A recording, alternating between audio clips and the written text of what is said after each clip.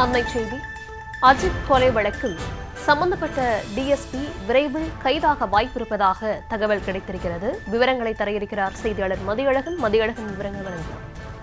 திருபுவனம் மடப்புறம் பத்ரகாளி அம்மன் கோயில் காவலாளியாக பணிபுரிந்த அஜித்குமார் கடந்த ஜூன் மாதம் நகை காணாமல் போன தொடர்பான புகாரில் தனிப்படை காவலர்களால் விசாரணை நடத்தப்பட்ட பொழுது அவர் போலீசார் தாக்கியதில் உயிரிழந்தார். இந்த வழக்கினுடைய விசாரணை சிபிஐக்கு மாற்றப்பட்டிருக்கக்கூடிய நிலையில் இந்த வழக்கில் தமக்கு முன்ஜாமீன் கோரி அப்பொழுது அங்கு பணியில் இருந்த காவல்துறை துணை கண்காணிப்பாளர் சண்முக சுந்தரம் முன்ஜாமீன் கோரி சென்னை உயர்நீதிமன்ற மதுரை கிளையில் மனு தாக்கல் செய்திருந்தார். இந்த மனு இன்று விசாரணைக்கு வந்தபொழுது சிபிஐ தரப்பில் ஆஜரான வழக்கறிஞர் இந்த வழக்கில் ஏற்கனவே கைது செய்யப்பட்ட காவலர்களுக்கு நீதிமன்றம் ஜாமீன் வழங்கவில்லை, எனவே துணை காவல் கண்காணிப்பாளருக்கும் முன்ஜாமீன் வழங்கக்கூடாது என்றும் அவரை கைது செய்து விசாரிக்க வேண்டியுள்ளது, எனவே இந்த மனுவை தள்ளுபடி செய்ய வேண்டும் என வாதிட்டார்.